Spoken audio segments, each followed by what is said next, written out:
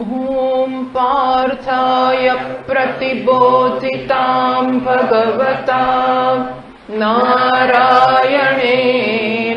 स्वयं व्यासेन ग्रथितां पुराणमुनिना मध्ये महाभारतम् अद्वैतामृतवर्षिणीं भगवतीम् अष्टादशाध्यायिनी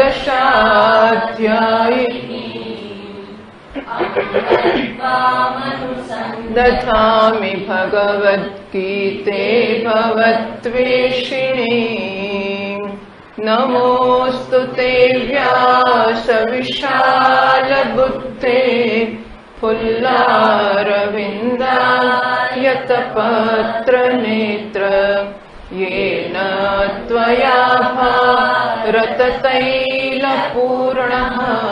प्रज्वालितो ज्ञानमयः प्रदीपः प्रपन्नपारिजाताय स्तोत्रवेत्रैकपाणये ज्ञानमुद्राय कृष्णाय गीतामृतदुहे नमः। सर्वोपनिषदो गावः दुग्धा गोपालनन्दनः पार्थो वत्सः सुधीर्भोक्ता दुग्धं गीतामृतं महत् वसुदेवसुतं देवं चाणूरमर्दनं देवकी परमानन्दम् कृष्णं वन्दे जगद्गुरुं भीष्मद्रोणतटा जयद्रथजला गान्धारनीलोत्पला शल्यग्राहवती कृपेण वहनी कर्णेन वेलाकुला अश्वत्थामविकर्णघोरमकरा दुर्योधनावर्तिनी सोत्तीर्णा खलु पाण्डवैरणनदी कैवर्तकः केशवः पाराशर्यवचः सरोजममलम् गीतार्थगन्धोत्कटम् नानाख्यानककेसरं हरिकथा सम्बोधना बोधितम् लोके सज्जन षट्पदैरहरहः पेपीयमानं मुदा भूयात् भारत पंकजं कलिमलप्रध्वंसि नः श्रेयसे मूकं करोति वाचालं पंगुं लङ्घयते गिरिं यत्कृपातमहं वन्दे परमानन्दमाधवम् यं ब्रह्मा वरुणेन्द्ररुद्रमरुतः स्तुन्वन्ति देव्यैस्तवैः वेदैः साङ्गपदक्रमोपनिषदैः गायन्ति यं सामगाः ध्यानावस्थिततद्गतेन मनसा पश्यन्ति यं योगिनः यस्यान्तं न विदुःसुरासुरगणाः देवाय तस्मै नमः। 19મા શ્લોકથી આપણે વાંચીએ. ત્રીજા અધ્યાયનો 19મો શ્લોક. तस्मादसक्तः सततं कार्यं कर्म समाचर असक्तो ह्याचरन् कर्म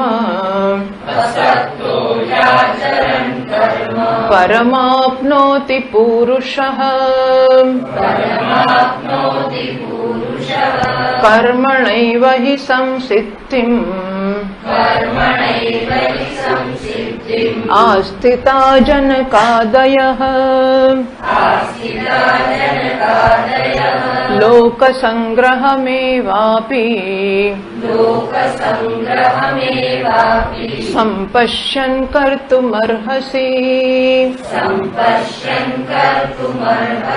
यद्यदाचरति श्रेष्ठः तत्तदेवेतरो जनः स यत्प्रमाणं कुरुते लोकस्तदनुवर्तते न मे पार्थास्ति कर्तव्यम् त्रिषु लोकेषु किञ्चन नानवाप्तमवाप्तव्यम् वर्त एव च कर्मणि यदि ह्यहं न वर्तेय जातु कर्मण्यतन्द्रितः मम वर्त्मानुवर्तन्ते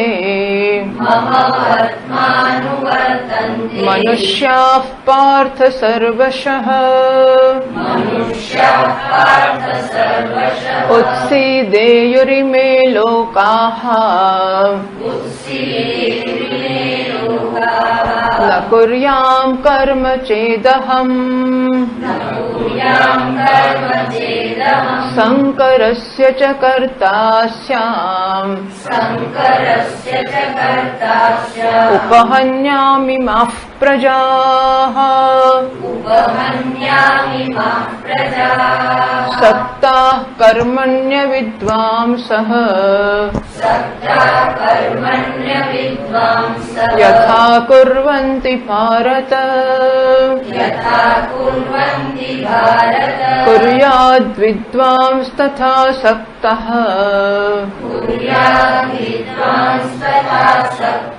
चिकीर्षुर्लोकसंग्रहम्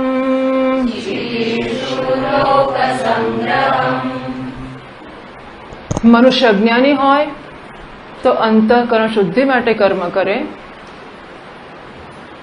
અને જો અજ્ઞાની અને અવિવેકી હોય તો એ સકામ કર્મ જ કરશે. ભગવદ્ ગીતામાં 3 પ્રકારના મનુષ્યોની વાત કરવામાં આવી છે. એક અજ્ઞાની અને અવિવેકી, એક અજ્ઞાની અને વિવેકી, અને એક સ્પોન્ટેનિયસ કે જ્ઞાની મનુષ્ય. અજ્ઞાની અને અવિવેકી મનુષ્ય છે એ પોતાના જીવનનું લક્ષ્ય કે ધ્યેય પણ સમજતો નથી, એનું સાધન પણ સમજતો નથી, એટલે કર્મ ન કરે, અને જો કરે તો પોતાની કામનાઓની પૂર્તિને માટે કર્મ કરે. આ અજ્ઞાની અવિવેકી માણસ. ભગવદ્ ગીતામાં બીજા એક મનુષ્યની વાત કરવામાં આવી છે. એ અજ્ઞાની છે ખરો, પણ એ વિવેકી છે, અને માટે કર્મનો ઉપયોગ એ પોતાની સાધના માટે, અંતઃકરણની શુદ્ધિ માટે કરે છે. અવિવેકી મનુષ્ય છે, અજ્ઞાની હોવા છતાં એ ઇમ્પલ્સિવ કે આવેગાત્મક વ્યક્તિ છે. પોતાને જ્યારે જે કરવાનું મન થાય છે તે કરે છે. સ્વચ્છંદ મનુષ્ય, આવેગાત્મક મનુષ્ય એ પોતે એવું સમજે છે કે જીવનમાં જે મનમાં આવે એ કરવું એ જ મારે માટે આનંદનું સાધન છે, અને એ જ મારી સ્વતંત્રતા છે. હું કોઈ પ્રકારના શાસન કે નિયંત્રણને સ્વીકારવા તૈયાર જ નથી, અને ન સ્વીકારવું એ જ મારે માટે યોગ્ય છે. મનમાં જે આવે તે જ મારે કરવું જોઈએ.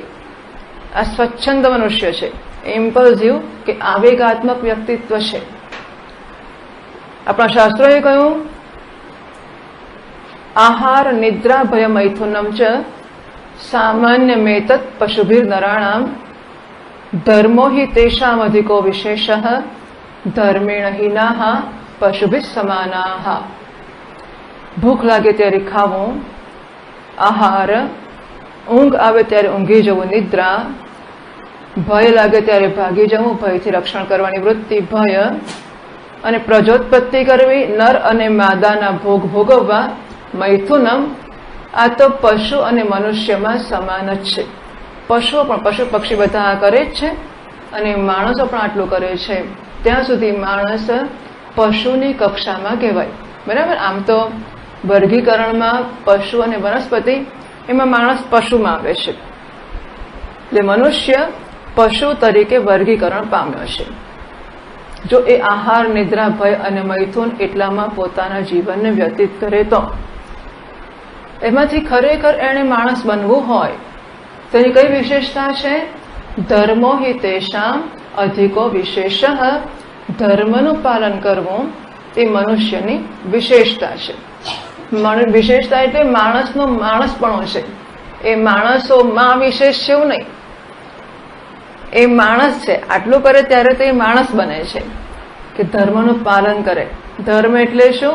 ટુ રિસ્ટ્રેઇન.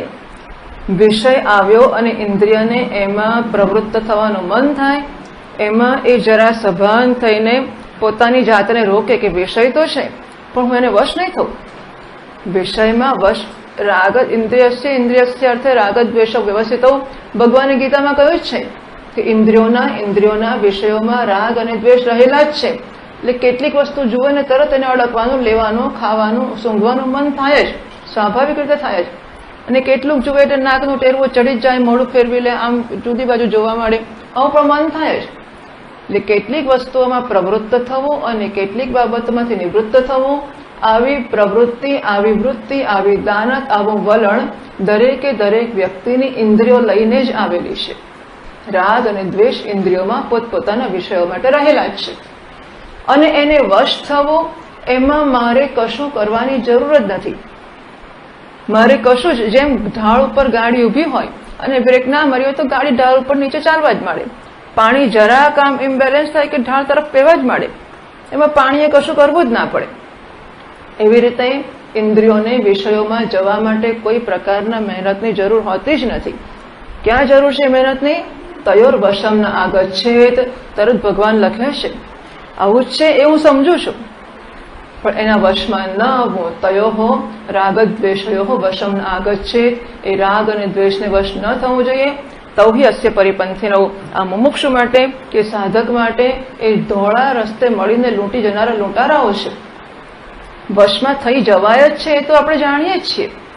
એમાં મારાપણું ક્યાં રહ્યું? મેં શું કર્યું? પાણી ઢાળ ઉપર પાણીને રોકવું એ મોટો પુરુષાર્થ છે કે પાણી ઢળી જવાનું છે એને ઊભું રાખવું, સમુદ્ર તરફ નદીને ના જવા દેવી, એને રોકવું અને આપણી ઈચ્છે ત્યાં લઈ જવું, આ પુરુષાર્થ છે. એમ મારા વ્યક્તિત્વમાંથી મારી ઇન્દ્રિયોને વિષયોમાં જતી રોકવી એ મારો પુરુષાર્થ છે.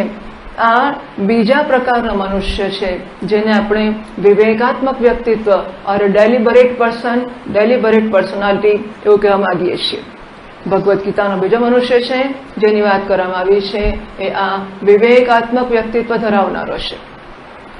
જ્યારે ત્રીજો છે એ સ્પોન્ટેનિયસ, એને પ્રયત્ન નથી કરવો પડતો, સહજ રીતે જ એની ઇન્દ્રિયો વિષયોમાં જતા પહેલા પૂછે છે. ખોટી જગ્યાએ તો જતી જ નથી, સાચે જતા પણ પૂછે છે કે જવું કે ના જવું.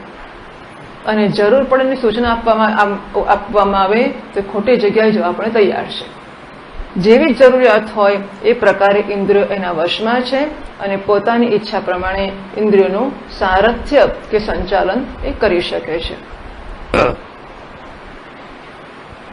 અને આને માટેની પ્રક્રિયા શાસ્ત્રો બતાવે છે. શી રીતે આવું કરવું? આ વિકાસ છે, આ ઉન્નતિ છે, આ સાધના છે. આપણું જે વ્યક્તિત્વ આવેગાત્મક છે એને વિવેકાત્મક બનાવવું અને વિવેકાત્મક છે એને સહજ કે સ્પોન્ટેનિયસ બનાવવું, આ સાધના છે. અને એ સાધના અનેક શ્લોકોમાં જુદી જુદી વાત કરીને આ કેવી રીતે સિદ્ધ કરવું એ આપણને બતાવવામાં આવે છે. જો માણસ જ્ઞાની હોય તો પણ એ કર્મ કરે, અજ્ઞાની હોય તો પણ કર્મ કરે, વિવેકી હોય તો પણ કર્મ કરે. દરેકની કર્મની પાછળની ભાવના જુદી છે. અજ્ઞાની અવિવેકી છે એ પોતાની કામનાઓની પૂર્તિને માટે કર્મને સાધન ગણે છે કે કર્મ એટલા માટે જ કરવું કે આ મળશે, આટલું મળ્યું અને આટલું મળશે. વિવેકી મનુષ્ય સમજે છે કે આપણામાં રાગ અને દ્વેષ છે એ જ લૂંટારા છે, એને આપણે કાઢવાના છે. જો રાગદ્વેષની પૂર્તિ કર્યા કરીશું તો પૂર્તિ કરવાથી ક્યારેય રાગદ્વેષ જશે જ નહીં. એ વધારે ને વધારે આપણામાં સ્થિર થશે, દૃઢ થશે, સ્થાયી થશે. એટલે રાગદ્વેષની નિવૃત્તિ કરવી, એને માટેના સાધન તરીકે કર્મનો ઉપયોગ કરવો. જો રાગદ્વેષની નિવૃત્તિ કરવાની બાકી હોય અને કર્મનો ત્યાગ થયો તો રાગદ્વેષ અંદર રહી જ જશે. હા, એવું ખરું કે કર્મ કરીશું એટલે રાગદ્વેષ બહાર આવશે, એટલે એવું લાગશે કે આ કર્મ કર્યું માટે જ આવું થયું, માટે કર્મ જ ના કરવું. કર્મ નહીં કરીએ તો રાગદ્વેષ અંદર રહી જશે. એ તો જયારે વારો આવે ત્યારે ખબર પડે કે હા, ના ના, આમ તો ના થાય હો, પેલું બધી વાત સાચી, પણ આ નહીં થાય, આ થશે. આમ જયારે સંજોગ આવીને ઉભા રહે ત્યારે ખબર પડે, અને માટે સંજોગો ઉભા કરવા એ કર્મનું કામ છે. એ આપણી અંદરની જે કંઈ સારી ખોટી વસ્તુઓ છે એ વસ્તુઓને બહાર લઈ આવશે. તો અજ્ઞાની મનુષ્ય એ પોતાની ઈચ્છા પ્રમાણે કર્મ કરે છે. જ્ઞાની મનુષ્ય એની સાથે એને પોતાના વિશ્વાસમાં લેવાને માટે શ્રેષ્ઠ પુરુષ તરીકે એની જોડે જોડાય છે. સત્તાહ કર્મણ્ય વિદ્વાંસઃ યથા કુર્વંતિ ભારત. હે ભારત, અજ્ઞાની લોકો કર્મમાં કર્મના ફળની આસક્તિથી ફલાભિસંધિ રાખીને કર્મ કરે છે અને જોશભેર કરે છે. સાથે સાથે સાહંકાર અહંકાર પૂર્વક કરે છે. ખબર છે મેં કર્યું છે, હું કરું એટલે આપણે, હું નહીં આપણે કર્યું એટલે જોવાનું જ ના હોય. એમ કલો ઊંચો કરે, જરા ખોખારો ખાય, આપણે એટલે શું? આમ આપણે કહીને સાહંકારા છે ભવતી તસ્ય પ્રવૃત્તિ, એની પ્રવૃત્તિ અહંકાર વાળી હોય છે અને ફળની અભિસંધિ વાળી હોય છે. એની સાથે જ એના જેટલા જ જોશથી, એના જેટલા જ ઉત્સાહથી જ્ઞાનીએ પણ કર્મ કરવું જોઈએ, પરંતુ એની પ્રવૃત્તિમાં અહંકાર નથી, એની પ્રવૃત્તિમાં ફળની અભિસંધિ નથી. તો શેને માટે કરે? લોક સંગ્રહ ચિકીર્ષુઃ, લોક સંગ્રહ કરવાની ઈચ્છાથી. લોક સંગ્રહ એટલે મુખ્યત્વે તો પહેલામાં પહેલું લોકોને પોતાના વિશ્વાસમાં લેવાની ઈચ્છાથી, લોકોને મિત્ર બનાવવા, લોકો જે ઈચ્છે તેમને ગમતું બધું કરવું, પણ કંઈક કરીને લોકોને પોતાના વિશ્વાસમાં લેવા. એમને એમ લાગે કે આપણો નેતા છે, લોકો એને નેતા તરીકે ચૂંટી કાઢે, પસંદ કરી કાઢે, ચૂંટવાની પણ જરૂર ના પડે, લોકો નેતા તરીકે પસંદ કરે, આપોઆપ લોકો એની પાછળ પાછળ ચાલવાનું પસંદ કરે. એવું સ્થાન એણે કોઈ પણ રીતે પ્રાપ્ત કરવું જોઈએ. એવમ ભાષ્યકાર કહે છે. ચાલો ભાષ્ય વાંચીએ.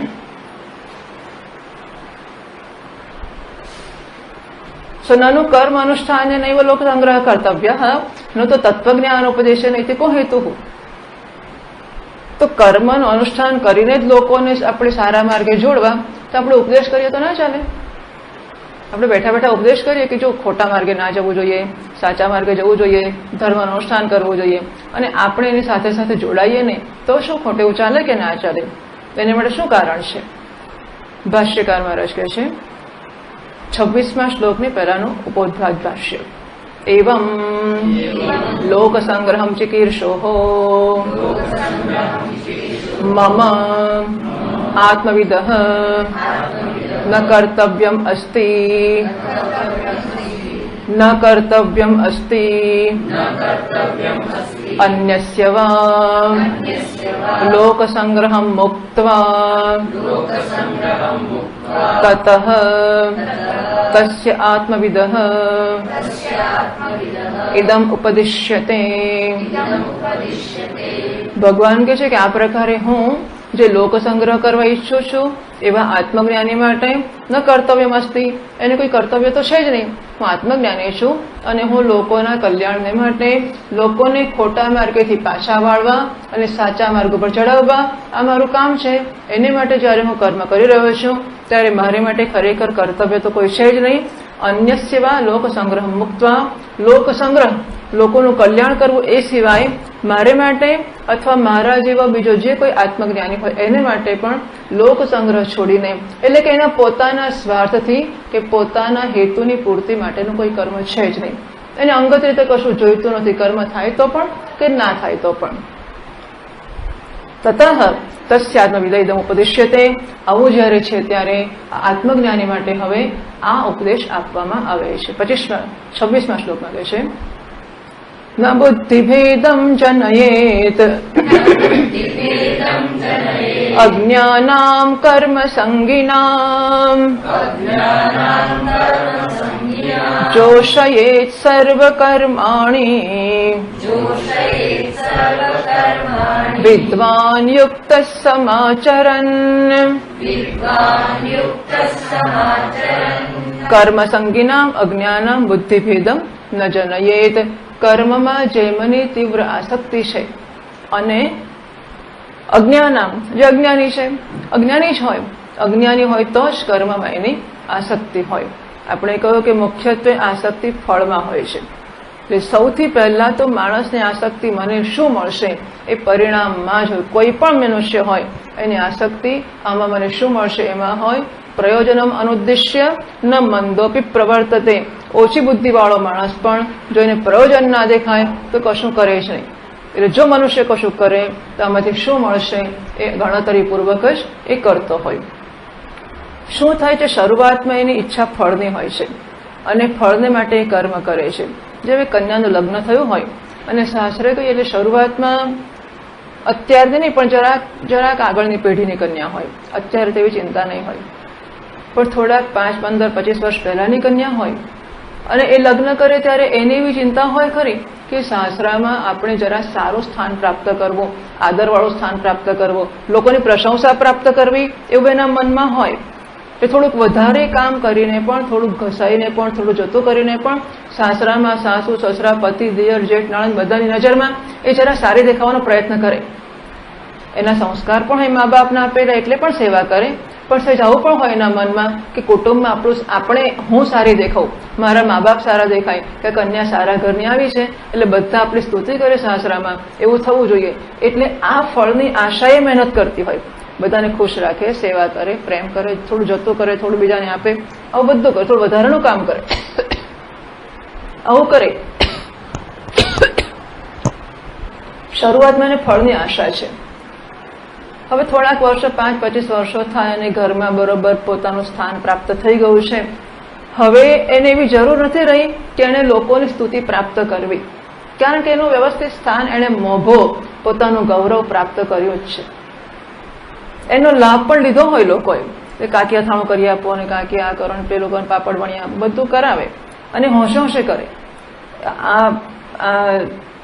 આપણને તો આશ્ચર્ય થાય કે શું કરવા, પણ કરે. આવું જ કરતી જ હોય છે બહેનો કે દિયર જેઠને ઘેર જઈને અથાણા કરે, પાપડ કરે, ચટણી કરે, પેલી સારેવડા પાડવા, બટાકાની ગાજળી કરવી હોય. એટલે કુટુંબમાં અમુક લોકો બિચારા આવું કરતા જ હોય અને બાકીના લોકો લાભ લેતા પણ હોય. પણ લાભ લેતા હોય તો પણ આ સ્ત્રીને ગૌરવ હોય કે અમારા આખા કુટુંબના બધાની આટલા મળની બટાકાની કાતરી હું જ પાડું અને આટલા લોકોનું આટલો બધો થાણું હું જ કરું. આવું બધું બધાને બહુ ગૌરવ હોય છે.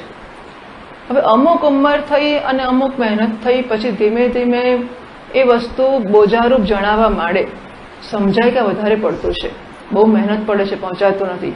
કદાચ એવું પણ બને કે સત્સંગ કે બીજી કશી પ્રવૃત્તિમાં રુચિ પણ જન્મે, એટલે એવો એક્સપોઝર, એવી એક તક પણ મળે, એવી રુચિ પણ જન્મે, એવું પણ બને. હવે પેલી વસ્તુઓ એ અત્યાર સુધી કરતી આવી છે એટલે હવે એને વધારે કરવા દ્વારા વધારે ફળ મેળવવું નથી. હવે એને સ્તુતિની, પ્રશંસાની કે સ્થાન પ્રાપ્ત કરવાની જરૂર નથી. પણ જે કર્મ કરતી આવી છે ને એ કર્મ કરવાની ટેવ પડી જાય છે અને એટલે એ કર્મને ખાતર જ કરે છે. સિઝન આવે એટલે બટાકા લાવવા ને કાતરી પાડવી જ કોઈને જરૂર નથી. શેના માટે? પોતાને માટે પણ. પોતાના ઘરમાં પહેલા મળની કરતા હોય તો હવે તો મળ કોઈ ખાનારું નથી રહ્યું તો શેના માટે? એટલે માણસો પહેલા ભલે ફળની આસક્તિથી કર્મ કરતા થયા, ધીમે ધીમે ફળની આસક્તિ છૂટી તો પણ કર્મ ચાલુ રહે છે. એ કર્મ છોડી શકતા હોતા નથી. મુખ્યત્વે માતાઓને આવું થતું હોય છે. કદાચ પુરુષો પહેલેથી સમજતા છે 60મા વર્ષે નિવૃત્ત થવાનું જ છે એટલે માનસિક તૈયારી એવી હશે, ખબર નથી. પણ બહેનોને આ બહુ જ પ્રશ્ન હોય છે કે નિવૃત્ત રહી શકે જ નહીં, એમાં નોકરી કરતી હોય તો ખલાસ, તો કોઈ સંજોગોમાં એને ફાવે જ નહીં કે નવરા રહે, સતત કંઈક કામ જોઈએ જ. સો સ્વામીજી કહે કે વર્કોહોલિક આ એમનો નશો બની જતો હોય છે કે માણસ કર્મને છોડી જ ના શકે, કર્મ વગર કરે શું?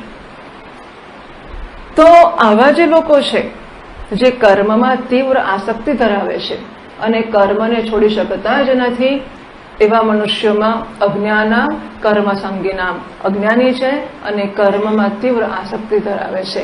પરાંચિખાની વિતરણ સ્વયંભૂ તસ્માત પરાંગ પશ્યતિ ન અંતરાત્માનમ. ઉપનિષદે કહ્યું કે ભગવાને મનુષ્યની ઇન્દ્રિયોને બહિર્મુખ બનાવી જ છે અને એટલા માટે એને સુખ બહાર જ દેખાય છે.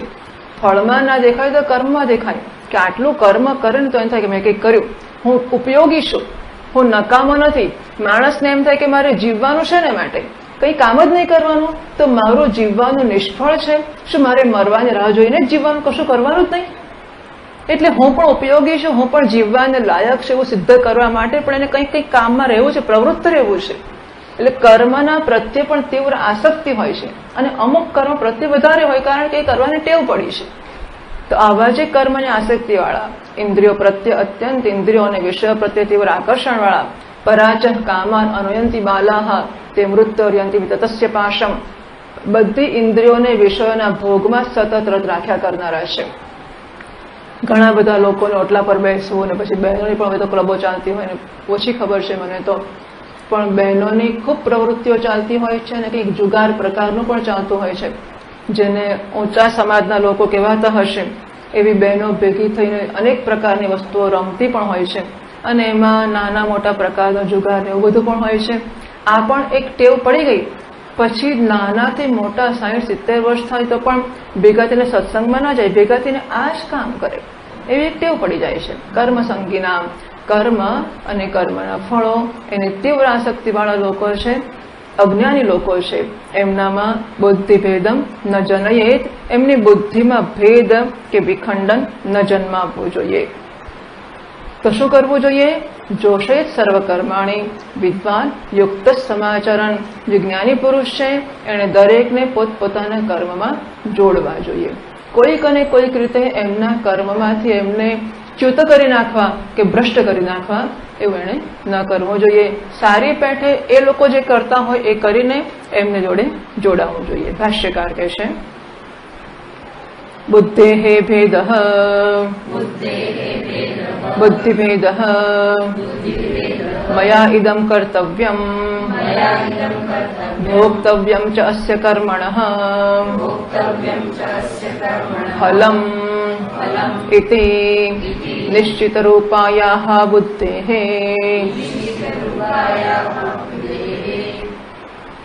તો બુદ્ધેઃ ભેદઃ બુદ્ધિભેદઃ.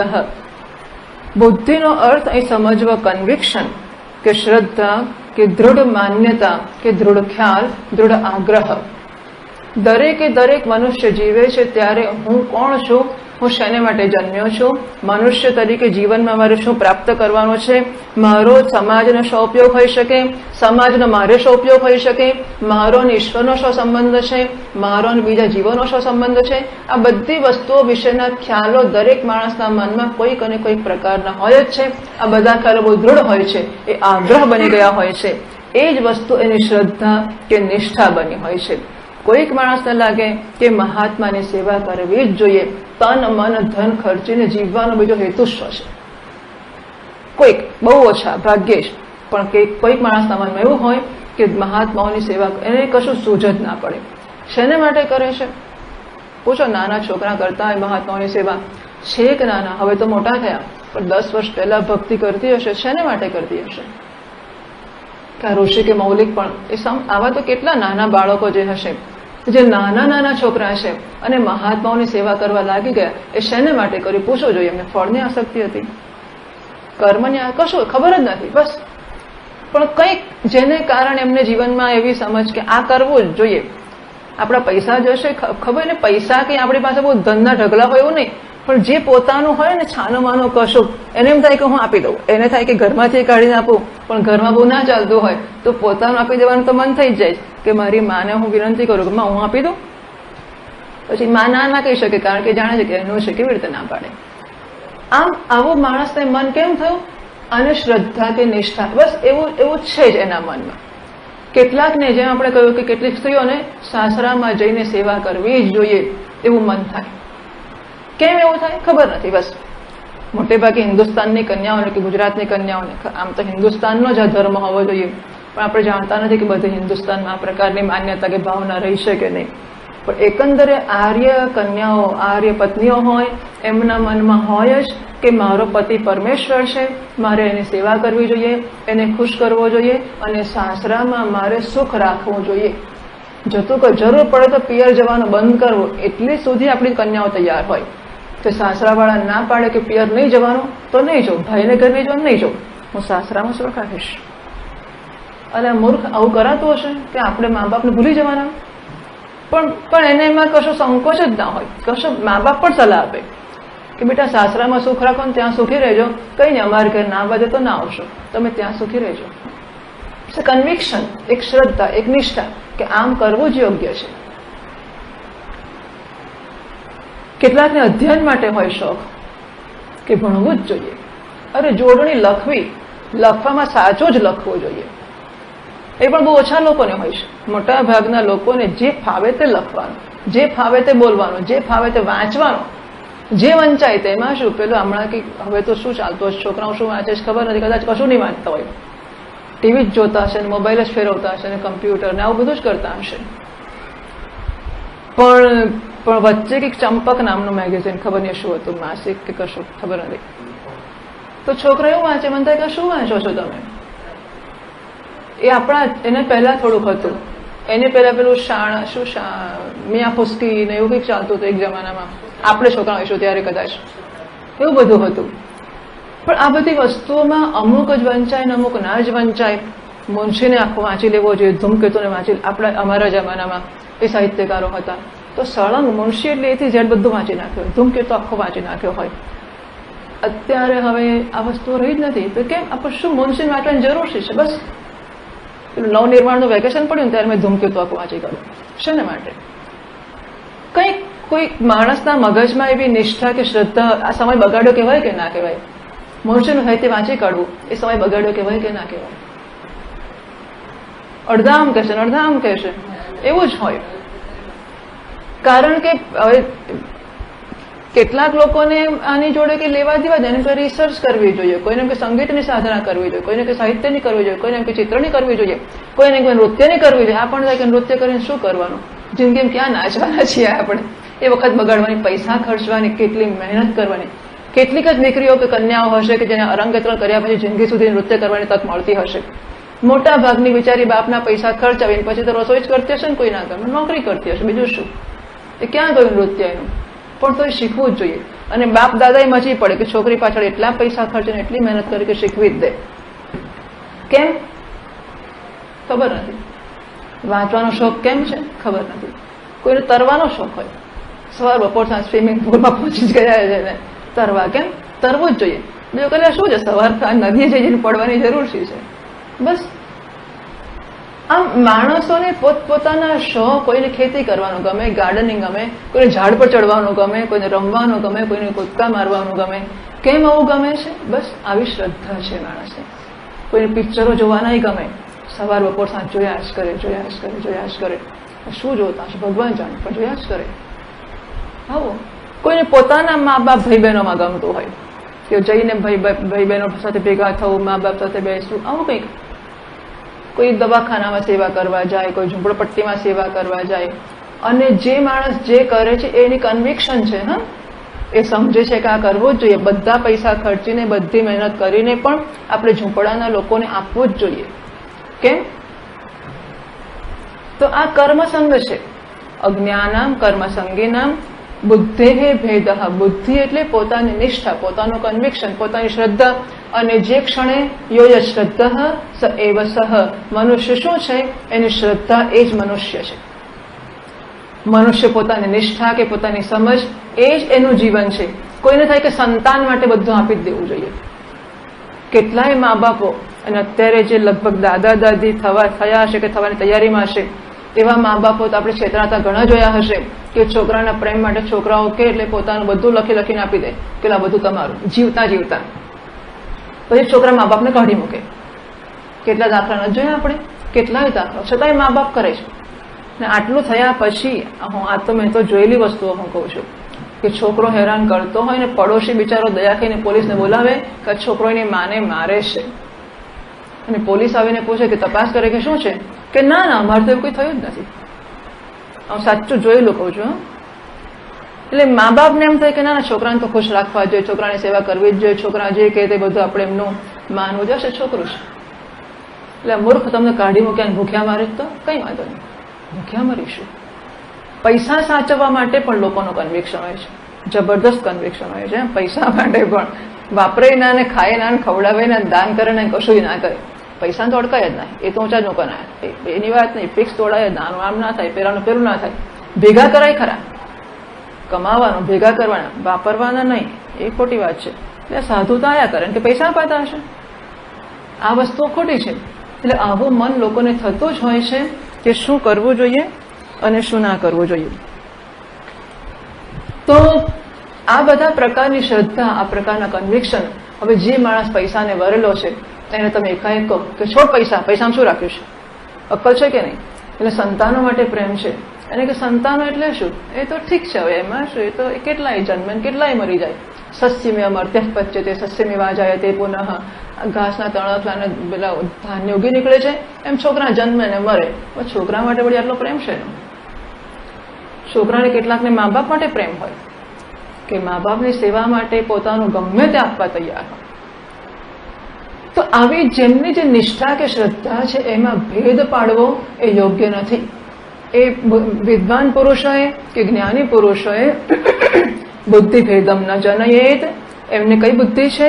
મયા ઇદમ કર્તવ્યમ. પૈસા તો ગમે તે ભોગે કમાવા જ જોઈએ. ઇદમ કર્તવ્યમ. કેમ? અસ્ય ફલ અસ્ય કર્મણ ફલમ ચ મયા ભોક્તવ્યમ. એ કર્મનું ફળ મારે ભોગવવાનું છે. કર્મ કેટલાકને યજ્ઞ માટે પ્રેમ હોય કે આ જન્મમાં બધું ખર્ચીને યજ્ઞો કર્યા જ કરે, પરલોકમાં સ્વર્ગમાં જઈશું, અત્યારે બધું વાપરીને યજ્ઞ કરી નાખો બસ. હવે આને કોઈ આશ્રમો બાંધવાનો કોઈનો શોખ થાય, જેને જે પ્રકારનો થાય તે. હવે ભગવાનની યોજનાનો ભાગ હશે. આપણે તેવું જોઈએ છે કે બધાને જાત તોક્કા ભગવાન મૂકી આપતો હશે, કારણ કે બાકીની દુનિયા એને ચલાવવી છે, અને એટલે બધા એના મનમાં જાત જાતનું ઉગાડતો હશે. એવું જ હશે જેથી દુનિયા ચાલ્યા કરે. પણ આવું હોય છે. હવે એમના મનમાં એવો આગ્રહ છે કે આ મારે કરવું જ જોઈએ અને એનું ફળ મારે ભોગવવું જોઈએ. કાં તો આ લોકમાં લૌકિક દૃષ્ટ ફળ ભોગવવું, કાં તો મરીને એનું અદૃષ્ટ કે પુણ્ય ભોગવવું. પણ ફળ ભોગવવાની, કર્મ કરવાની અને ફળ ભોગવવાની લાલસા જ નહીં, એનો આગ્રહ, એની નિષ્ઠા. ઘણા સમાજની સેવા કરવી જોઈએ બસ. ભગવાને આપણને આપ્યું છે, સમાજે આપણને, હવે સમાજે બધાને આપ્યું છે કે નહીં? જે કોઈ જ્ઞાતિને, જે કોઈ સમાજ હોય એ સમાજે સમાજના બધા સભ્યોને કશું તો આપ્યું છે, અને બધા એમાંથી લાભ લઈ નિરાતે ખાઈ પીને મજા કરતા હોય. પણ એક માણસને થાય કે સમાજે આપણે માટે કેટલું બધું કર્યું છે, આપણે સમાજ માટે કરવું જોઈએ બસ. તો આ મારે કરવું જોઈએ અને એનું ફળ ભોગવવું જોઈએ. આ પ્રકારનો જે આગ્રહ છે, નિશ્ચિત રૂપાયા બુદ્ધે હે. આવી નિશ્ચિત રૂપવાળી જે બુદ્ધિ છે કે નિશ્ચય છે કે શ્રદ્ધા છે, નિષ્ઠા છે, કન્વિક્શન છે, એનો ભેદનમ, બુદ્ધિનો ભેદ ન કરવો જોઈએ. ભાષ્યકાર આગળ કહે છે બુદ્ધે હે ભેદનમ ચાલનમ બુદ્ધિભેદ તમ ન જનયેત ન ઉત્પાદયેત. આ લોકોની જે બુદ્ધિ કે નિષ્ઠા છે એમાં ભેદ કે ચલન ઉત્પન્ન ના કરવું જોઈએ. જો સંતાન માટે એમનો પ્રેમ હોય તો કહેવું જોઈએ કે આ વાત સાચી છે, સંતાન માટે પ્રેમ તો રાખવો જ જોઈએ. આખરે ભગવાને આપણને આપ્યા છે, આપણે એમને ઉછેર્યા છે, અને આપણા આશરે બિચારા જન્મ્યા છે અને જીવ્યા છે, એટલે આપણે એમની ચિંતા તો કરવી જ જોઈએ ને, એમ કહેવું જોઈએ. જો સંતાનને મા બાપ માટે પ્રેમ હોય તો કહેવું જોઈએ ખરી વાત છે, માતા પિતા વડે તો આપણે છીએ, એટલે માતા પિતાની સેવા ગમે તે ભોગે કરવી જ જોઈએ. મહાત્માની સેવા કરતો હોય તો કહેવું જોઈએ કે ખરી વાત છે, મહાત્માઓની સેવા તો કરવી જ જોઈએ, કારણ કે જીવનમાં જ્યારે આવીને ઊભું રહેશે કંઈક મુશ્કેલી તો મહાત્મા જ આપણું શરણ છે, અને મહાત્મા જ આપણને સંસારમાંથી બહાર કાઢનારા છે. મહાત્મા જ ખરેખર નિસ્વાર્થ છે. બાકીના બધા તો સોદો કરનારા છે કે તું મારું આટલું કર તો હું તારું આટલું કરીશ. મહાત્માને આપણી પાસે કંઈ જોઈતું નથી, એ તો માત્ર કૃપા જ કરનારા છે. મહાત્માની સેવા કરવી જ જોઈએ. અને પૈસાની સેવા કરતો હોય એને કેવું કે ખરી વાત છે, પૈસા તો પરમેશ્વરની વાલા જ છે, એટલે પૈસા વગર કશું થતું જ નથી. કોઈ આશ્રમ કે કોઈ ભગવાનનું મંદિર કે કશું હોય પૈસા વગર ઊભું રાખશે નહીં, માટે પૈસા તો હોવા જ જોઈએ. અને જેને કુટુંબ માટે પ્રેમ હોય તો કહેવું જ જોઈએ કે આશ્રમ વ્યવસ્થા છે એ તો આપણો વૈદિક ધર્મ છે, એટલે પતિ પત્નીએ પરસ્પર પ્રેમ રાખવો જ જોઈએ, કુટુંબની સાસુ સસરાની સેવા કરવી જ જોઈએ, એને વરેલા રહેવું જ જોઈએ. આમ જે માણસની જે પ્રકારની બુદ્ધિ હોય કે શ્રદ્ધા હોય કે નિષ્ઠા હોય એને એમાંથી ચલિત તો નાશ કરવો જોઈએ, ઉપરથી એને એમાં જોડવો જોઈએ, એને મદદ કરવી જોઈએ. કયા લોકો માટે? ભાષ્યકાર મહારાજ કહે છે અજ્ઞાનામ અવિવેકિનામ કર્મસંગિનામ કર્મણિ આસક્તાનામ આસંગવતામ. જે લોકો અજ્ઞાની છે, અજ્ઞાનીનો તો વાંધો નહીં, સાધક પણ અજ્ઞાની છે, પણ અજ્ઞાની જ નહીં અવિવેકી પણ છે. અજ્ઞાની જોડે વિવેકી હોય તો એને આપણે થોડી મદદ કરી શકીએ, એમાંથી બહાર કાઢવાનો પ્રયત્ન કરી શકીએ. પણ અજ્ઞાની હોય અને અવિવેકી હોય એટલે વિવેક હોય તો નહીં, પણ વિવેક મેળવવાની દાનત ના હોય કે હું જે કહું છું એ સાચું જ છે અને મારું કહેલું માને તો જ મહાત્મા સાચા, જો જરાક જુદું કહે તો મહાત્મા ખોટા છોડીને બીજા જવા તૈયાર, પોતાનો આગ્રહ ના છોડે. એવું જ્યારે હોય ત્યારે પછી એમની બુદ્ધિમાં ચલન ન કરવું જોઈએ.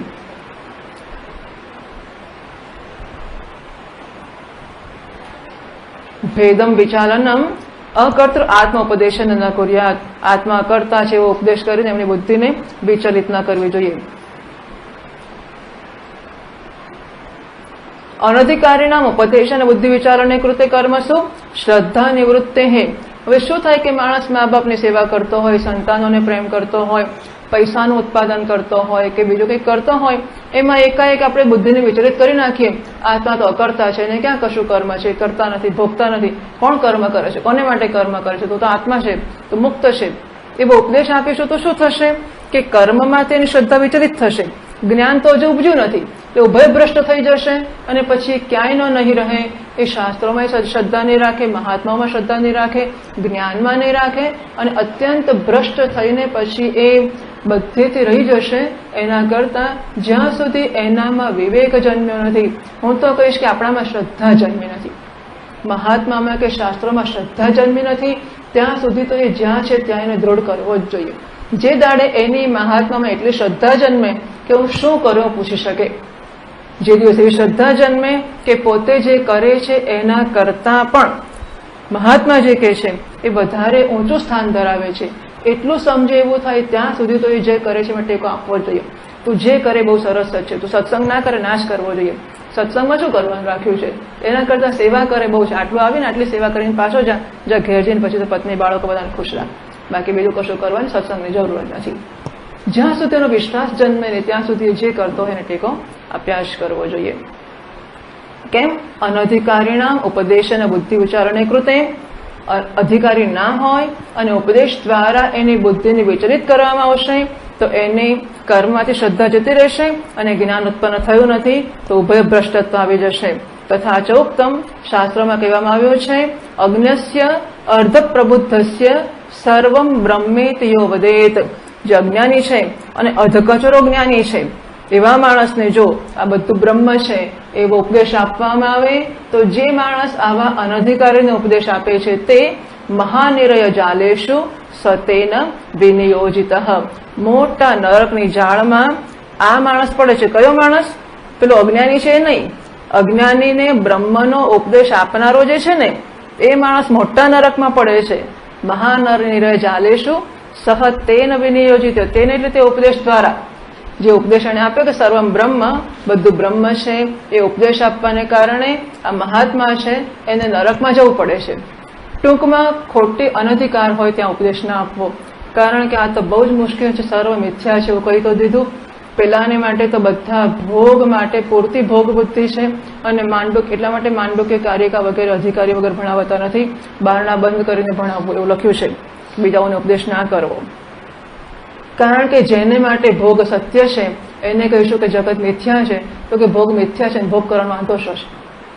જો મિથ્યા જ હોય, ખોટું જ હોય તો પછી ભોગ કરું છું તો એ શું ખોટું છે? એટલે જ્યાં સુધી ભોગમાં એની સત્ય બુદ્ધિ છે ત્યાં સુધી આ પ્રકારનો મિથ્યાત્વનો ઉપદેશ ના આપવો જોઈએ, નહીં તો એ જે કરે છે એને સત્ય માનીને કર્યા જ કરશે.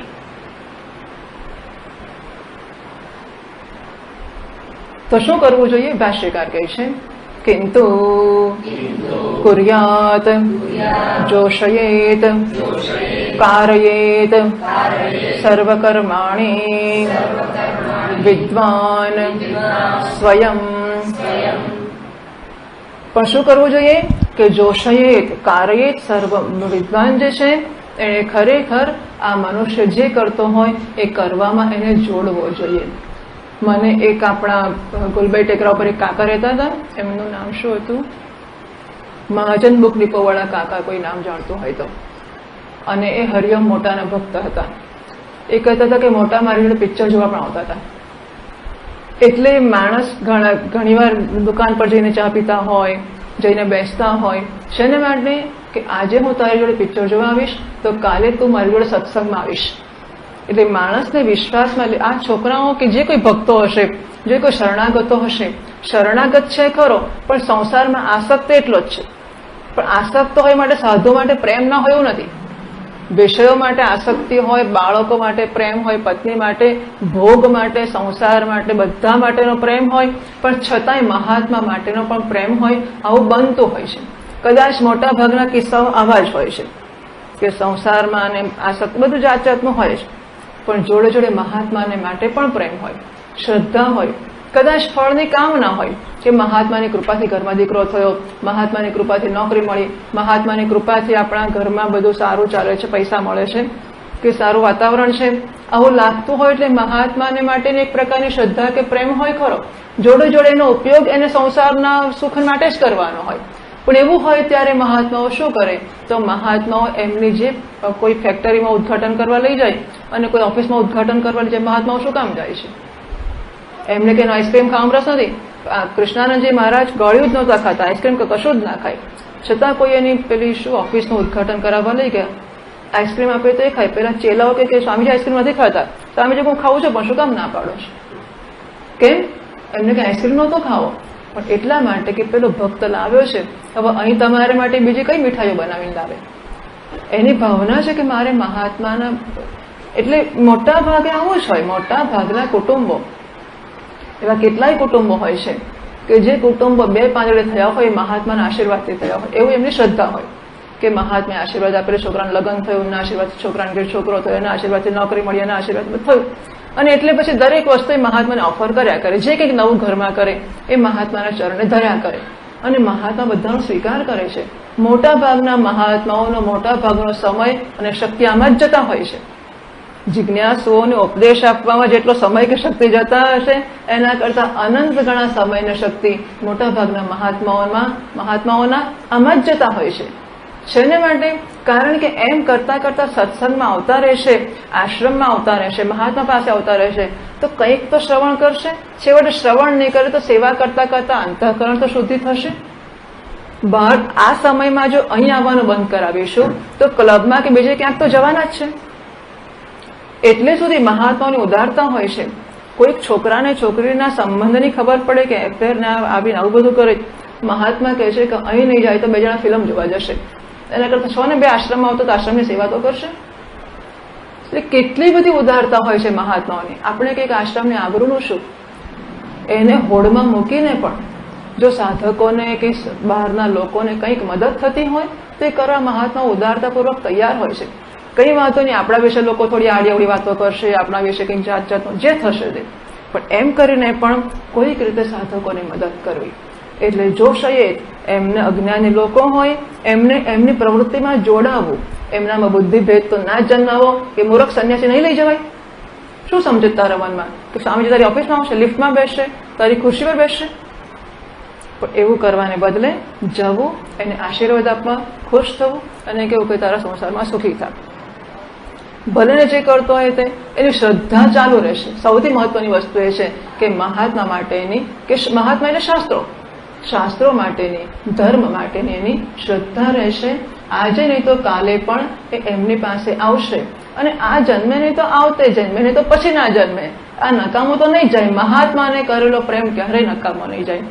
અને એટલા માટે મહાપુરુષોએ એ લોકોને વિચલિત ન કરવા જોઈએ. જોશયેત કાર્યેત સર્વ કર્માણી વિદ્વાન સ્વયં તદેવ અવિદુષામ કર્મ. અજ્ઞાની લોકો જે કર્મ કરતા હોય તે બાકી તારા છોકરા કેમ છે પૂછા એમને શું રસ? બધાને તો ડાયરીમાં લખી રાખેલું હોય ઘણી વાર તો, હા, કે આના છોકરાનું આ નામ છે, આની છોકરીનું આ નામ છે, તો જેને ઘેર જાય ડાયરી જોઈ લેવી પડે કે છોકરા કોણ કોણ છે, પછી કેમ છે દેવદત્ત શું કરે છે, યજ્ઞદત્ત શું કરે છે. હવે કેટલી એમને પડી હોય, પણ બધા, અને દરેકને લાગે કે મહાત્મા કેટલા સારા છે. હા, જ્યારે આવે ને ત્યારે ફોન પર પણ બધાની ખબર પૂછે, બાબો કેમ છે, બેબી કેમ છે, એનું બાબુ કેમ છે, બધું પૂછપૂછ કરે. કેટલા સારા સ્વામીજી છે, કે કેટલા સારા મહાત્મા છે. મહાત્મા સારા છે ને એનો ફૂટપટ્ટી કઈ આટલી જ નહીં, બ્રહ્મ જ્ઞાન કે એ તો ફૂટપટ્ટી આટલી કે સ્વામીજી કેટલા સારા, બધાને ખબર પૂછે, બધાને પ્રેમ કરે છે વગેરે. યુક્ત અભિયુક્ત સમાચરણ, જ્ઞાની પુરુષે પોતે એની બધી પ્રવૃત્તિની સાથે જોડાઈને સારી પેઠે એના કરતા સારી રીતે કરવું, અને એમ કરીને પેલા અજ્ઞાનીને જોડવો જોઈએ. તો જ્ઞાની અને અજ્ઞાની બંનેનું કર્મનું અનુષ્ઠાન સરખું જ છે. જો અજ્ઞાની જે કર્મ છે એ જ કર્મ જ્ઞાની કરે છે એવું કહ્યું, તો બંને કર્મનું અનુષ્ઠાન સરખું જ છે, છતાં પણ કર્તૃત્વ અભિમાન તદ અભાવાભ્યામ, અજ્ઞાનીમાં કર્તૃત્વનો અભિમાન છે, જ્ઞાની પુરુષમાં કર્મનો અભિમાન નથી. હંસદેવજી મહારાજ માટે એક જાણીતી કથા છે. અમદાવાદમાં કોઈ શેઠને ઘર ઉતરેલા, અને શેઠને ઘર ઉતરે એટલે શેઠ પોતે જે કંઈ ખાતા પીતા રહેતા હોય એ મહાત્માને પણ કરાવે. એટલે એવી સરસ મજાની ગાદી ને પલંગો ને બધું જાત જાતનું હશે. તો 5-15 દાડા મહાત્મા રહ્યા હશે. હંસદેવજી મહારાજ પંજાબી શરીર હતું, અને સરસ ઊંચા રૂપાળા હતા, અને રેશમી જભા ને એવું બધું પહેરતા હતા. એટલે થોડાક દાડા શેઠને ઘેર રહીને સાહેબી જે કંઈ એણે આપી એમણે પણ એનો ઉપયોગ કર્યો. હવે આ મોટા માણસોને આવું થતું હોય છે કે એમના ઘરમાં મહાત્મા રહે એટલે પછી એમને લાગે કે હવે આપણા મને એમના ફેરશો, આપણે જે ખાઈએ મહાત્મા ખાય છે, આપણે જેવું રહીએ મહાત્મા રહે છે, આપણા જેવું બધી સાહેબી ભોગવે જ છે, તો આપણા માન મહાત્મા ફેર કેટલો. એટલે એક દાવડાને કીધું કે બાપજી આમ તો આપણે સરખા જ કહેવાય, આપના મન. હવે માણસ ડાયો બિચારો કે ભોળો તો બોલી ગયો, બાકી તે મનમાં રાખીને પ્રચાર કરત આખી દુનિયામાં કે જવા દો ને, હવે તો મારે ઘેર રહ્યા હતા ને બધું આપણા જેવું બધું જ ભોગવતા હતા. એને બદલે એટલો સારો માણસ કે એમના મોઢા પર એને કહ્યું કે તમારા મારામાં ફેરશો. હા, ખરી વાત છે, તારામાં મારામાં કશો ફેર નથી. પછી સાંજ પડે બહાર નીકળ્યા, ફરવા ગયા, ચાલ્યા, કલાક ચાલ્યા, 2 કલાક ચાલ્યા, 4 કલાક ચાલ્યા, ચાલતા ચાલતા ચાલતા સાંજ પડી, રાત પડી, અંધારું થયું. તો શેઠ કે મહારાજ પાછા જઈએ, કે ક્યાં પાછા જવું છે, કેમ ઘેર નહીં જવાનું, કે શેનું ઘર હોય, મારા ઘેર તો જવું જ પડે ને, આપણે ક્યાંથી આવ્યા હતા ત્યાં, કે મારે કોઈ ઘર બહાર નથી, મારે તો જવું નથી, કે એવું તો નહીં ચાલે, મારે તો ઘેર જવું પડશે. કે તારે જવું જ, હું તો આ ચાલ્યો. કે બાપજી તો આપ નીકળો ત્યારે, પછી હું તો મારે ઘેર જઉં છું. મહારાજે રેશમી જબ્બો એનો કાઢ્યો, લે આ તારો જબ્બો લઈ જાય, તારા કપડાં લેતો જા, હું મારી જાતે જઉં છું. તારામાં ને મારામાં આ ફેર છે. એક કર્તૃત્વથી કરે છે, બીજો કર્તૃત્વ વગર કરે છે. એક ફળની આસક્તિથી કરે છે, બીજો ફળની આસક્તિ વગર પોતાના પ્રારબ્ધના આપેલા કર્મોના ફળ છે એને ભોગવે છે. તે કોઈ અભિસંધિ ફળમાં પણ નથી, કોઈ અભિસંધિ કર્તૃત્વમાં પણ નથી. એટલે આ પ્રકારે જ્યારે બંને કર્મ કરતા હોય ત્યારે તફાવત એ છે કે અજ્ઞાની કર્તૃત્વના અભિમાનથી કરે છે, જ્ઞાની પુરુષ કર્તૃત્વના અભિમાન વગર કર્મ કરે છે. આ તફાવત દર્શાવતા સપ્તાહ કર્મણી અવિદ્વાંસ જે શ્લોક હતો એનો અર્થ હવે 2 શ્લોકોમાં સમજાવે છે. ભાષ્યકાર મહારાજ કહે છે, અવિદ્વાન અજ્ઞઃ કથમ કર્મસુ સજ્જતે ઇત્યાહ. તો બંને જણા સરખી રીતે જ કર્મ કરે છે, પણ જે અજ્ઞાની છે એ કર્મમાં જોડાઈ જાય છે, જ્યારે જ્ઞાની છે જોડાતો નથી. એવું શાથી થાય છે? 27મા શ્લોકમાં કહે છે, પ્રકૃતે ક્રિયમાણાની ગુણૈ કર્માણિ સર્વશઃ અહંકાર વિમૂઢાત્મા કર્તાહમિતિ મન્યતે. પ્રકૃતે ગુણૈ કર્માણિ સર્વશઃ ક્રિયમાણાની. આ શરીર વડે જે કર્મો થતા હોય એ પ્રકૃતિના જન્મેલા ગુણો વડે બધા કર્મો થાય છે. અહંકાર વિમૂઢાત્મા અહમ કરતા ઇતિ મન્યતે. અહંકારને કારણે જેનો અંતઃકરણ વિમૂઢ થઈ ગયો છે એ માને છે કે આ કર્મો હું કરું છું.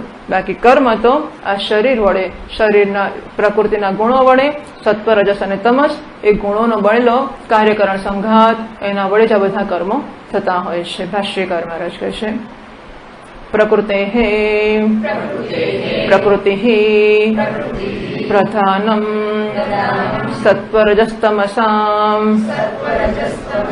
ગુણાનામ સામ્યાવસ્થા તસ્યાઃ પ્રકૃતેઃ ગુણૈઃ વિકારૈઃ કાર્યકરણરૂપૈઃ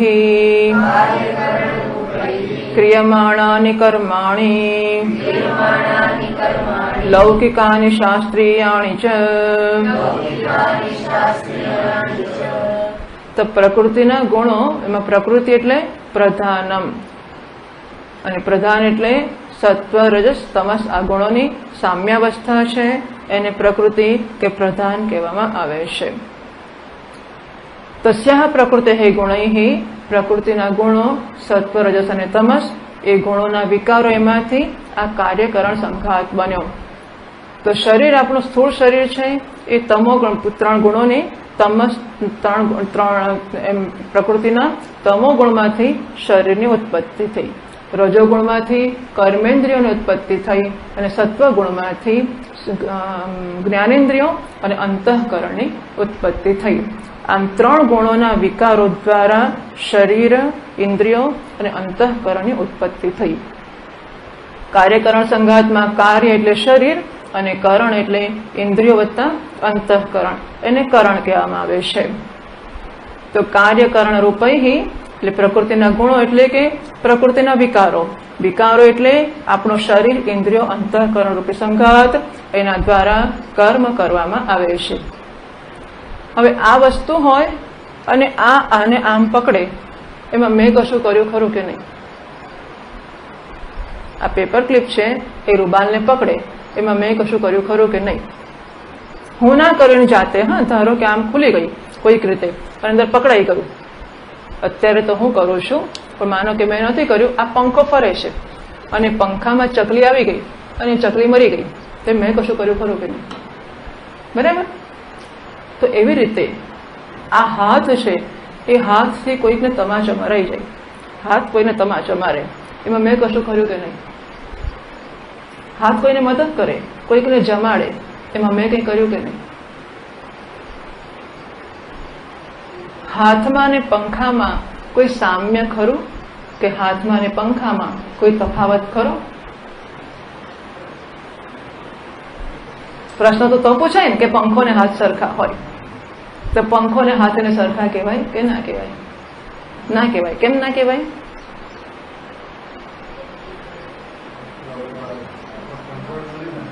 હાજી,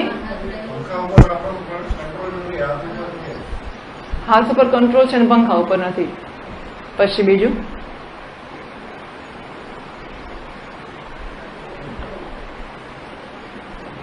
એવું બને ખરું કે હાથ પર કંટ્રોલ ના હોય, હાથ પ્રવૃત્તિ કરે?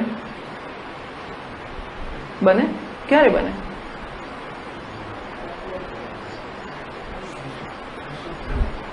ના ના, જાગ્રતમાં બને. જાગ્રતમાં બને એવું? ક્યારે બને? છોકરો માટલી ખાઈને આવ્યો ને તમાચો મરાઈ ગયો, પછી ખબર પડે ખોટું થઈ ગયું, પણ મારો હાથ જ એવો છે કે મારી જ બેસે છે. નથી થતું એવું? જાગ્રત અવસ્થામાં આપણી ઈચ્છા વગર, આપણી ઈચ્છાની વિરુદ્ધ મારવાની ઈચ્છા તો નથી જ કરી, પણ ના મારો એવી ઈચ્છા કરી છે ને તોય મરાઈ જાય છે. નથી થતું એવું? એટલે હાથ મારા કાબુમાં છે અને પંખો નથી, એ તફાવત તો જતો રહ્યો. હાથે કાબુમાં ના હોય એવું બને, પંખોય કાબુમાં ના હોય એવું બને. હાથ અને પંખામાં બીજો કયો તફાવત છે? પંખાથી ચકલી મરે મને પાપ ના લાગે, અને હાથથી મરે તો પાપ લાગે, કઈ કારણ ખરું? એ તો પંખામાં એક કર્તૃત્વ રાખી શકો, મેં સ્વિચ ચલાવી હતી.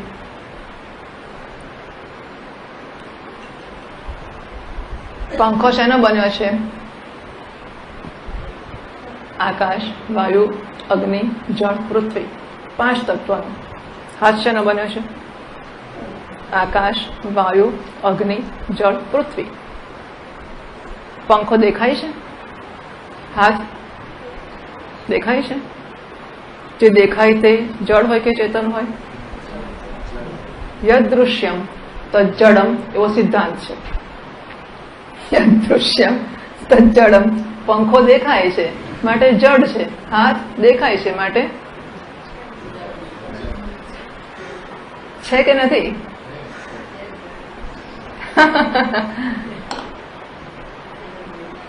કહેવાનું મન નથી થતું, પણ સિદ્ધાંત છે. જે દેખાય તે જડ હોય એટલા માટે કે જોનારો ચેતન હોય.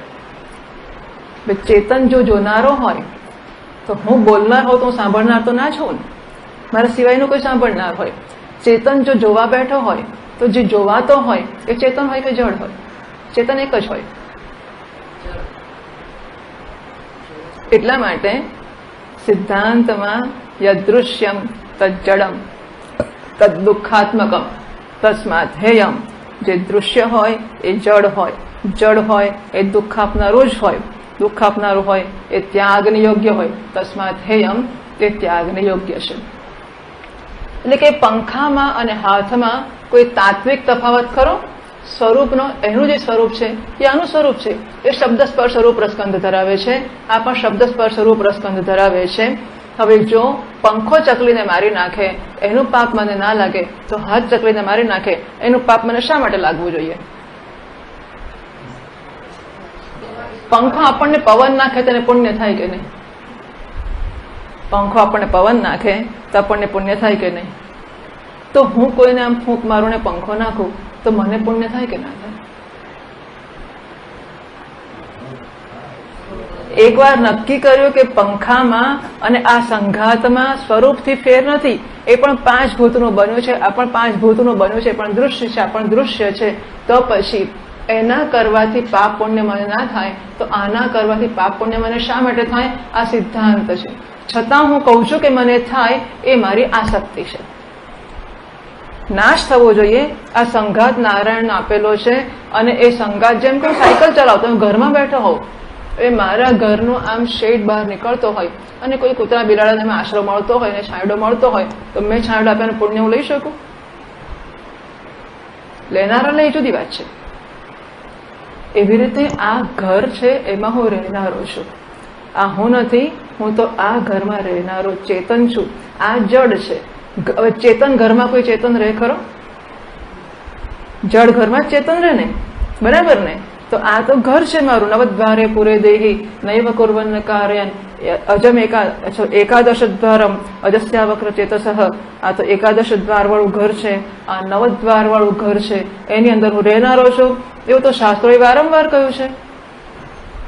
જો હું રહેનારો ચેતન હોઉં તો મારું ઘરે ચેતન હોય તો હું ચેતન કો ક્યાં જાઉં છું? તો ચેતન ઘર આમ ચાલવા માંડે તો કેવી રીતે મેળ પડે? જળનું નિયંત્રણ ચેતન કરી શકે, ચેતનનું નિયંત્રણ ચેતન ના કરી શકે, બરાબર ને? એ સંજોગોમાં આ ઉપાધિ જડ છે. જેવું જડ આ સંઘાત છે એટલું જ જડ છે.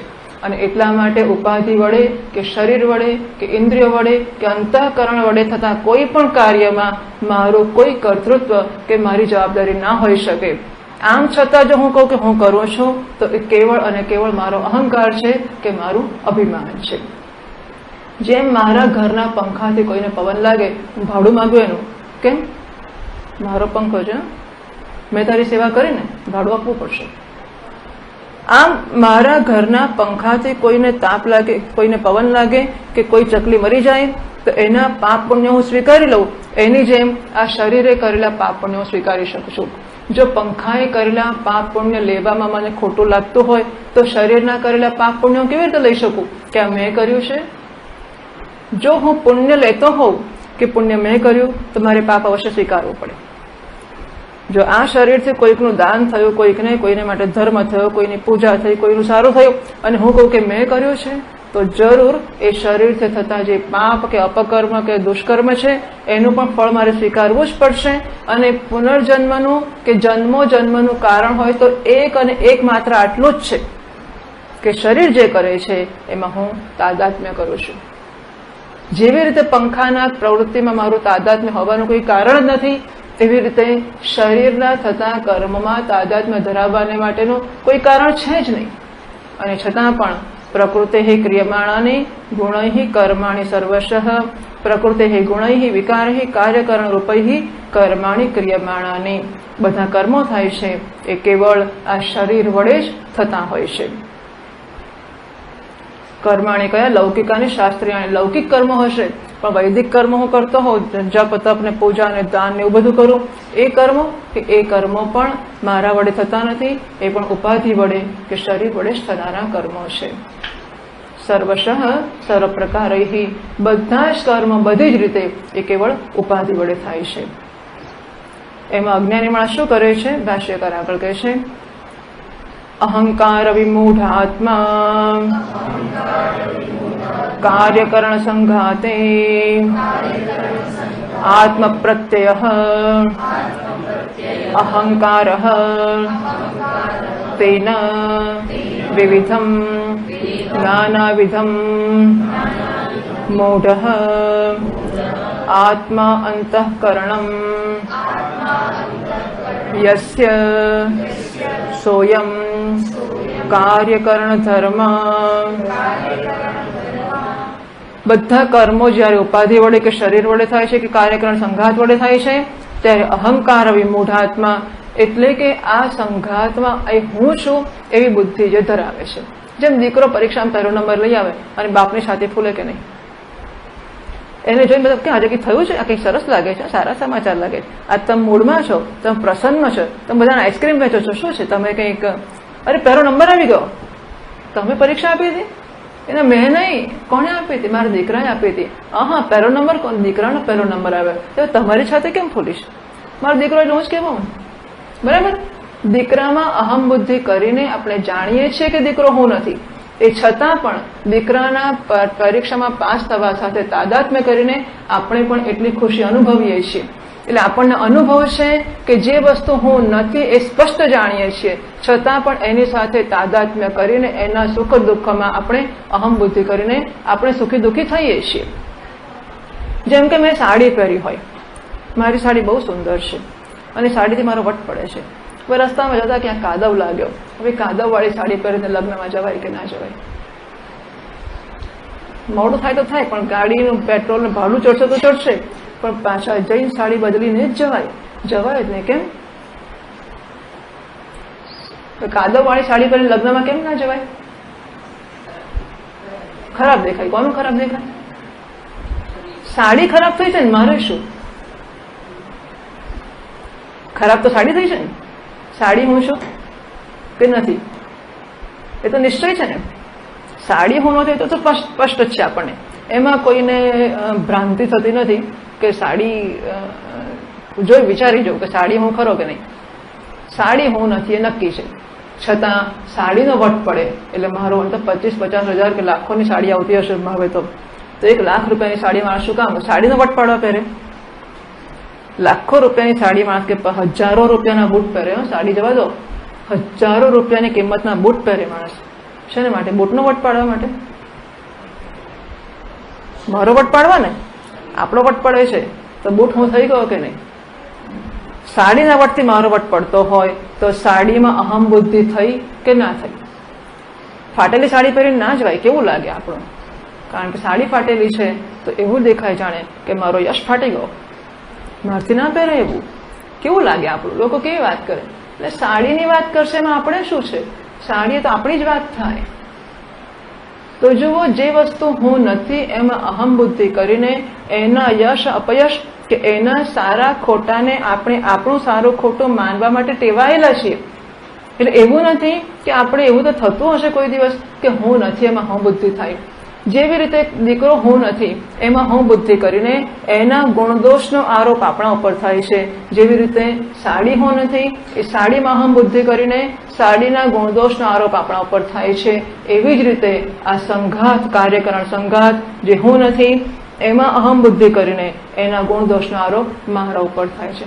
ભાઈને ઘર લગ્ન છે, મારે શું? મારા ભાઈનું લગ્ન છે, મારા ભાઈના છોકરાનું લગ્ન છે, મારા ભાઈના છોકરાના છોકરાનું લગ્ન છે. મારા હું જોડે જોડાઈ ગયો ને બસ, પછી ચાલ, આટલું જ ખાલી કરવાનું.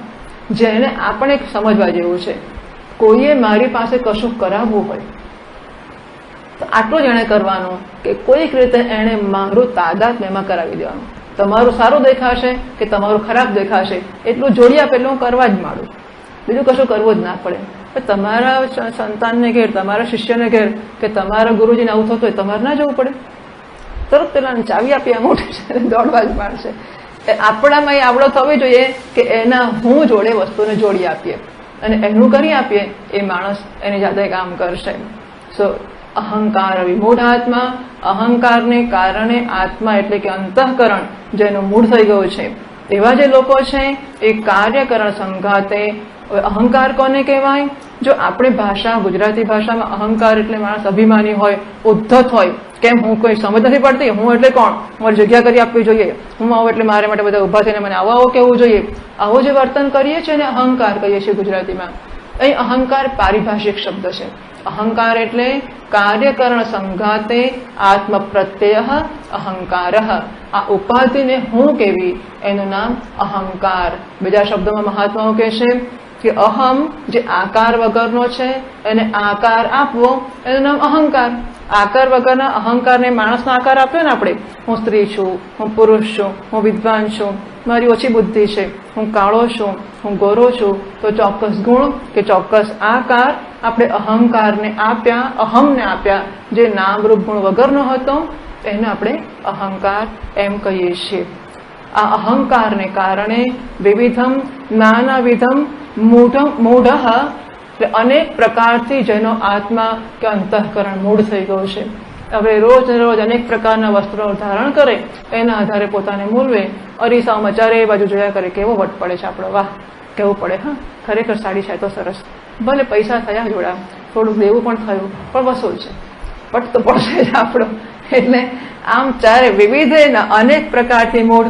અને લોકો મસ્કા મારે કે તમે આવી એક જ સાડી લાવ્યા, 2-5 લાવી દે, 2-5 લાખ રૂપિયાને, કેવી સરસ સાડી છે, તમારો કેવો વટ પડે છે. હવે વટના મારે આપણે તો 5 લાખનું દેવું કરી મૂકીએ બસ. વિવિધમ નાના વિધમ અનેક પ્રકારથી જેનું અંતઃકરણ મૂળ થઈ ગયું છે. યસ્ય સ્વયં કાર્યકરણ ધર્મ. આ કાર્યકરણ સંઘાતમાં જ અહમ બુદ્ધિ કરનારો. આગળ ભાષ્યકાર કહે છે કાર્યકરણ અભિમાની અવિદ્યયા કર્માણિ આત્મનિ મન્યમાનઃ